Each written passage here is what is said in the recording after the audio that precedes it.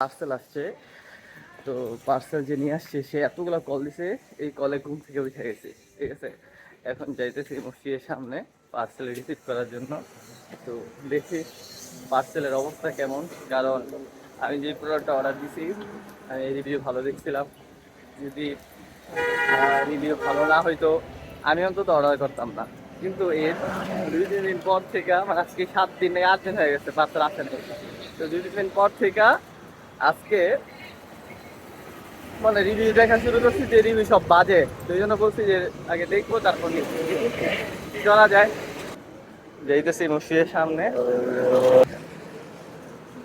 কে দেখা যায় নাকি জানি না, ভাই দাঁড়ায় আছে ওই যে। এই যে পার্সেল চলে আসছে, ঠিক আছে। এই পার্সেল এখন আমি রিসিভ করতেছি, টাকা এখন দিই নেই, এক খুলে দেখি। ঠিক আছে, জানালের জিনিস। এই যে দেখেন বক্সের অবস্থা, বক্স ব্যাকা টাকা হয়ে গেছে ছিঁড়া। ঠিক আছে, এই হলো পার্সেল। জানি না ভিতরে সবকিছু ঠিকঠাক আছে কিনা। প্যাকেট তো সুন্দর করে এই করা, ঠিক আছে। তো এটা ছিঁড়া কেন ভাই?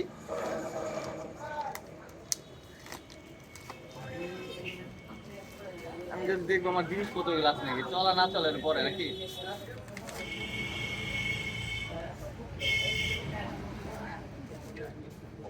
প্যাকেটটা মনে হচ্ছে পরে আবার করবো।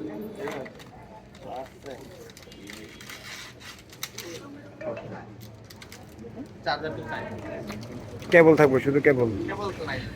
আছে রে। নাই, কেবল তো নাই। প্যাকেট আছে কিনা? প্যাকেট এটা তো ইয়া করে না, প্যাকেট বিচ্ছে বুঝতে নাই।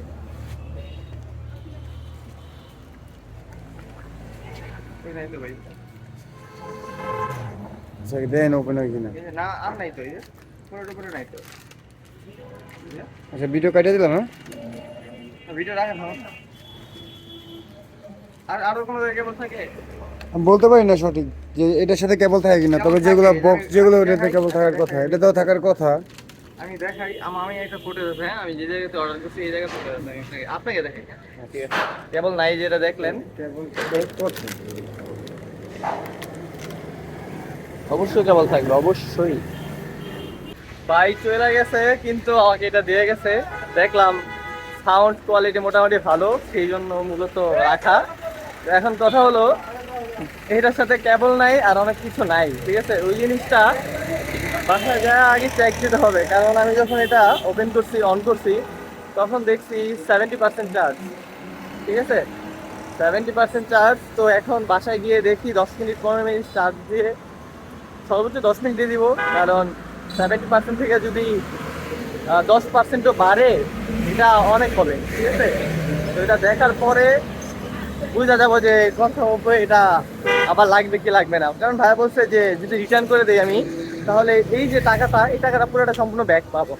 ঠিক আছে, তো কিনে তো নিয়ে আসলাম, দেখলেনি।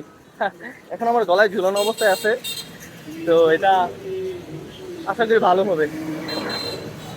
এই যে ভাবছিলাম বিএমডাব্লিউ আসছে, এই যে মিনি বিএমডাব্লিউ।